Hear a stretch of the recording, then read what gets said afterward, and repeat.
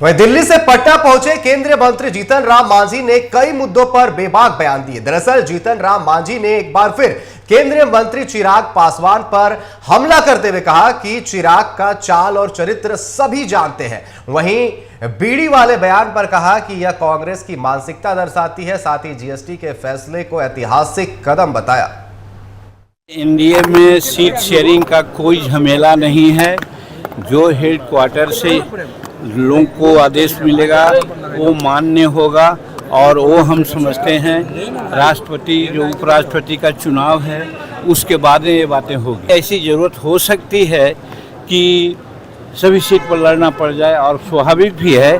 जब हम एनडीए को मदद करेंगे तो सभी सीट पर लड़ना होगा। उनका चरित्र और चाल 2020 से आप लोग देख रहे हैं, इसलिए उनके बारे में मैं नहीं कहता हूँ। इतना ज़रूर कहना चाहता हूँ कि अभी एनडीए की ज़रूरत है भारत में और बिहार में। वैसी परिस्थिति में एनडीए कमज़ोर नहीं हो, हर एनडीए के जो अंग है उसको चाहिए कि मदद करें। वो बहुत अपमानजनक बात किया है और कांग्रेस वालों को तो लग रहा है कि उनके ज़मीन जो पैर का है सब निकल जा रही है। तो वैसी परिस्थिति में प्रलाप कर रहे हैं। यहाँ प्राइम मिनिस्टर के माँ को और प्राइम मिनिस्टर को उन्होंने भद्दी भद्दी बातें सुनाई, उसी प्रकार से केरल में उनके लोग सुनाए हैं। तो कहने का मतलब इससे पता चल जा रहा है कि वो लोग जनतांत्रिक मूल्यों में विश्वास नहीं करते हैं।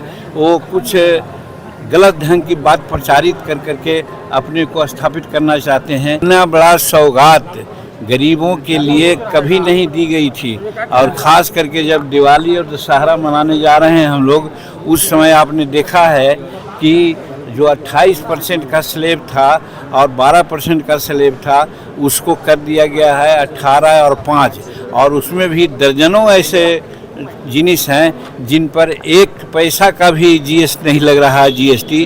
तो इस तरह से नरेंद्र मोदी जी गरीबों के लिए जीते हैं, गरीबों के लिए मरेंगे, गरीबों के लिए बात करते हैं। वैसी परिस्थिति में जो भी संभव था उन्होंने किया है।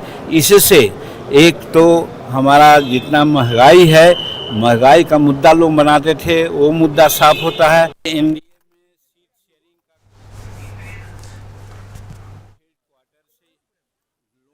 तो जीतन राम मांझी ने एक बार फिर से चिराग पासवान पर निशाना साधा है। मतलब साफ है कि क्या एनडीए में सब कुछ ऑल इज वेल चल रहा है, क्योंकि जीतन राम मांझी ने चाल और चरित्र पर सवाल उठाए। उन्होंने कहा है कि सब जानते हैं कि चिराग पासवान का चाल और चरित्र क्या है। जब सीट शेयरिंग को लेकर के उनसे सवाल किया गया तो उन्होंने कहा कि जब चिराग पासवान इतनी मांगे कर रहे हैं तो हम भी इतनी ही मांगे करेंगे। और साथ ही साथ ये कहा कि चिराग पासवान की चाल और चरित्र सभी जानते हैं, क्योंकि 2020 चुनाव में क्या कुछ देखने को मिला था।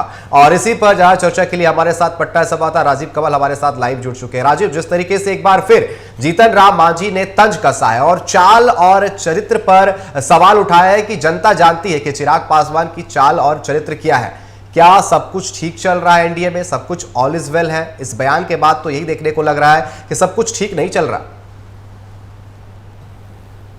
कि केंद्रीय मंत्री दिल्ली से पटना लौटे हैं, लेकिन इससे पहले भी कई बार जीतन राम मांझी ने चिराग पासवान को लेकर बातें कही। आपको पिछले दिनों भी याद होगा, एक प्रेस कॉन्फ्रेंस में उनको चिराग पासवान को लेकर सवाल किया गया था। तो उन्होंने कहा कि देखिए, ये भीड़ जुटाते हैं, केवल गाड़ी 4 गो गाड़ी आती है, 4 गो गाड़ी पीछे जाती है। ये उनसे जब सवाल किया था तो इस तरीके का वक्तव्य चिराग पासवान लेकर भीड़ को लेकर भी उन्होंने काला आरा में एक बड़ा जनसभा का आयोजन किया गया था चिराग पासवान को लेकर, इसको लेकर कटाक्ष किया था। अब फिर से एक बार जो सीटों को लेकर जो है, कह लीजिए निकेत कि जहां जो एनडीए में है पेच वो फंसा हुआ है। फंसा इसलिए है कि जो सीटों का डिमांड है वो चिराग पासवान की पार्टी की तरफ से कई बार 40+ से किया गया है कि 40+ से ज्यादा सीटें हमें मिलनी चाहिए। देखिए, ये खबरें जरूर है कि पिछले दिन हमने खबर दिलाई थी कि सीट शेयरिंग जो की है वो एक तरीके से एनडीए में सुलझ चुकी है, लेकिन 20 सीटों की जो बात खबरें जो चल रही है वो एक तरीके से चिराग पासवान की पार्टी को पसंद नहीं है। इसलिए कि चिराग पासवान की पार्टी जो है वो 40+ सीटों की डिमांड ये बार बार ये कहा जा रहा है कि कर रही है। और इसको लेकर जब जीतन राम मांझी से सवाल किया गया तो उन्होंने कहा कि देखिए, अगर इस तरीके के अगर डिमांड चिराग पासवान की पार्टी की तरफ चिराग पासवान कर रहे हैं तो चाल चरित्र बताता है कि पिछली बार किस तरीके से उन्होंने जब चुनाव लड़ा था और उनकी पार्टी को क्या हुआ था, ये उन्होंने भी ये कहा कि तो ये हमेशा बदलते रहते हैं। तो इस तरीके का कटाक्ष किया है चिराग पासवान को लेकर। उन्होंने कहा कि अगर वो इतना डिमांड करेंगे तो हम भी इतना कर सकते हैं। ठीक है, दोनों में एक तरीके से अति पिछड़ा के नेता बनने को लेकर कई बार एक तरीके से इस पर बहस हुई है। ये नया नहीं है निकेत, और इससे पहले कई बार जीतन राम मांझी चिराग पासवान लेकिन को कटाक्ष। राजीव, उन्होंने एक बात और भी कही कि फिलहाल अभी एनडीए की एकजुटता जरूरी है। भले ही उन्होंने निशाना साधा, लेकिन उन्होंने ये कहा कि एनडीए की एकजुटता अभी जरूरी है क्योंकि चुनाव सर पर है। लेकिन इस बयान से सबको पता है कि सब कुछ अंदर खाने में ठीक नहीं चल रहा है। जिस तरीके से आप भी बता रहे हैं और बिहार की पूरी जनता जानती है कि किस तरीके से लगातार जीतन राम मांझी जो है हमला बोलते हुए नजर आते हैं चिराग पासवान पर। देखिए, कई बार एक बार आप याद होगा कि चिराग पासवान विभिन्न एक तरीके मंचों पर वो एक तरीके से अलग तरीके से भाव रखते हैं, अलग तरीके से चुनाव लड़ने के, कि बिहारी और बिहारियों के बारे में उनकी पार्टी के कई सांसद एक तरीके से जो बात रखते हैं और कहते हैं कि चिराग पासवान की तरफ से कि चिराग पासवान बड़े चेहरे हैं बिहार के लिए, अति पिछड़ा के बड़े चेहरे हैं, उनकी जो है उपलब्धि युवाओं में ज्यादा, एक तरीके से युवाओं में ज्यादा उनकी पूछ है। तो कई बार एक तरीके से उनके पार्टी की तरफ से कई सारों में सीटों को लेकर जो है वो बताने की कोशिश की जा रही है कि देखिए चिराग पासवान की छवि बहुत ज्यादा है, अति पिछड़ों में ज्यादा, युवाओं में ज्यादा उनको। तो इसको उनके पार्टी के तरफ से चिराग पासवान के मन के भी अंदर यही चल रहा कि जब पिछली बार जब चुनाव में जिस तरीके से वो अलग होकर एनडीए से लड़े थे तो कितना नुकसान हुआ था, इसको लेकर बाकायदा नीतीश कुमार से लेकर उनकी पार्टी जेडीयू की तरफ से कहा गया कि देखिए ये है जो पार्टी में रहते हुए उसके बाद और पार्टी से अलग हो जाता है और उसके बाद हमको ये इस तरीके नुकसान पहुंचाता है। तो इसके नीतीश कुमार को भी याद है।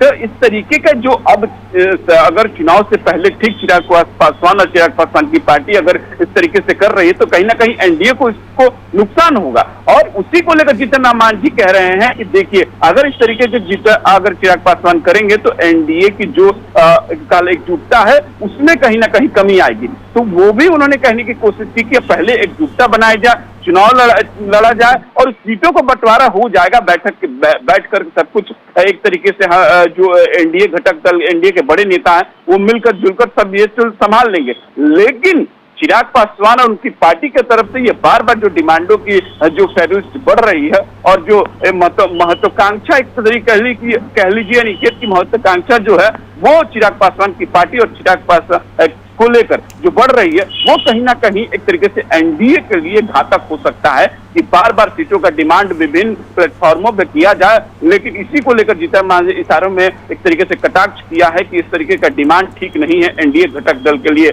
और एनडीए के लिए कहीं ना कहीं ये ठीक नहीं है कि इस तरीके का डिमांड किया जाए। क्योंकि देखिए अभी मजबूती के काम है कि एनडीए को मजबूत कर रखना है और चुनाव में लड़ना है। तो यही एक तरीके से निकेत बताने की कोशिश, क्योंकि अनुभवी हैं, पूर्व मुख्यमंत्री भी रह चुके हैं, अभी केंद्रीय मंत्री जीतन राम मांझी यही बताने की कोशिश कर रहे हैं कि अभी फिलहाल एनडीए को मजबूत करना है और मजबूत होकर चुनाव लड़ना है।